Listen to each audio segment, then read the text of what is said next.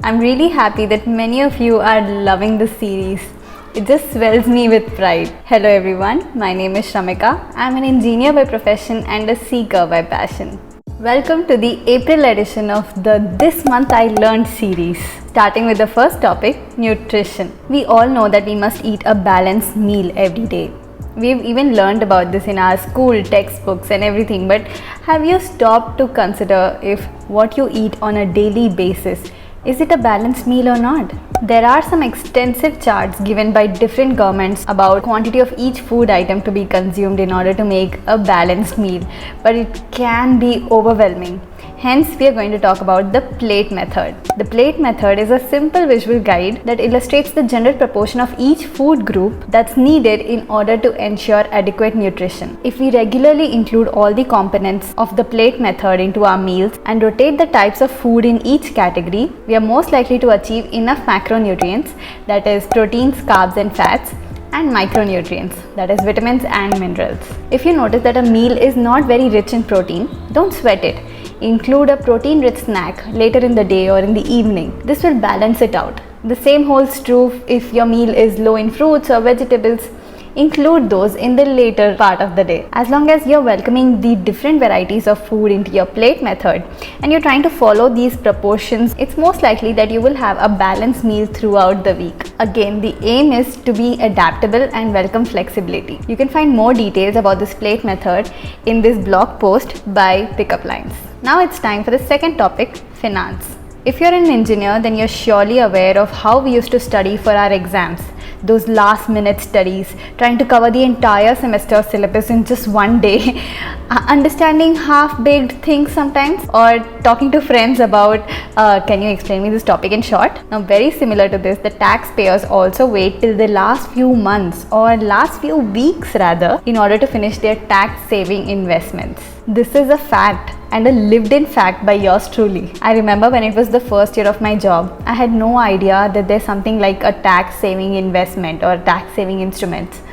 I don't even remember who suggested me, but in the last minute, I sent an out-of-office mail to my team and rushed to the bank to open a tax-saving fixed deposit. That money was stuck in there for 5 years, yielding me hardly 5% of interest. Now, I just wanted to remind you all to start planning for your investments for this financial year as it has just begun. Don't wait till March 2023. Study the investment products that you want to invest in. Invest in ELSS if your portfolio needs equity exposure. Buy an insurance policy if you need life cover. Pour your money into NPS if you want to invest for your retirement. Go for PPF if you want to invest your money for a long term. Invest in NSC or fixed deposits if you need your money back soon. Whatever it is, decide now and invest your money soon. Don't wait till March. You're welcome. It's time for the final topic of this video, life skills. Have you ever tried to fix an ongoing lack of energy by your sleep, only to do so and still feel exhausted? It happens a lot with me. If it happens a lot with you as well, then let me tell you the secret. Sleep and rest are not two same things, although we almost confuse the two. We go through life thinking that we are enough rested because we have slept enough.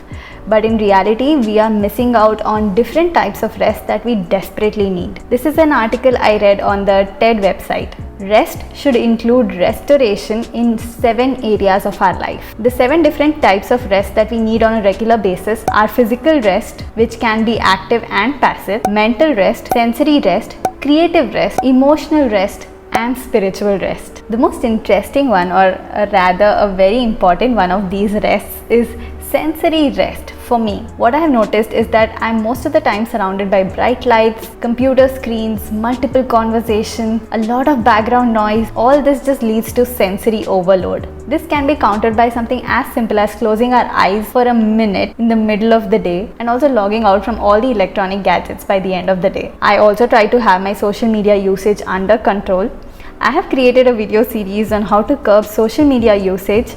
Do check it out. I'm sure you will find at least a few ways curbing your social media addiction. So this was it for today's video. If you found it helpful, then please like it and share this video with at least one more person who might find it useful. The articles I read this month are all linked in the description box, so do check them out if you want to read more on these topics. Always remember, little drops make a mighty ocean. Happy learning and bye!